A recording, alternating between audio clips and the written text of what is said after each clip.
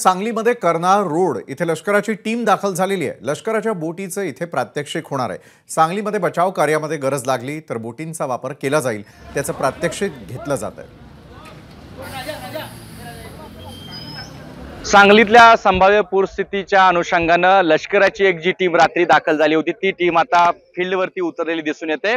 आता कर्नाळ रोड परिसरामध्ये ही लष्कराची एक टीम आपल्या बोटीसह दाखल झाले।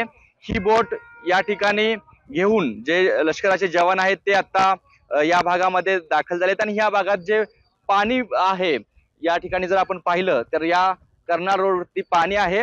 अशा पद्धतीने अनेक भागामध्ये पाणी शिरताना त्या अशा भागामध्ये एक बोट लष्कराची टाकून एक प्रात्यक्षिक घेतलं जाणार आहे की अशा या भागामध्ये बोटी चालण्यामध्ये काही अडचण येते का याची चाचपणी आता काही वेळामध्ये या कर्नाळ रोडवरील जे पाणी साचलंय त्या भागामध्ये केली जाणार आहे। तर अशा पद्धतीने लष्कराची टीमच्या मदतीनं या भागामध्ये जर पाऊस वाढला आणखी तर या ठिकाणी अन्य भागामध्ये ज्यावेळी पाणी शिरेल त्यावेळी काही लोकांना रेस्क्यू असो किंवा अन्य काही या ठिकाणी रेस्क्यूची जी कामं आहेत ती या बोटीच्या मदतीनं लष्कर करणार आहे आणि त्यामुळेच बोटी घेऊन लष्कराची एक टीम सांगलीतील कर्नाळ रोडवरील ज्या भागामध्ये पाणी रोडवरती आले त्या भागामध्ये दाखल झाले।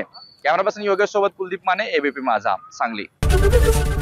एबीपी माझा, उघडा डोळे बघा नीट।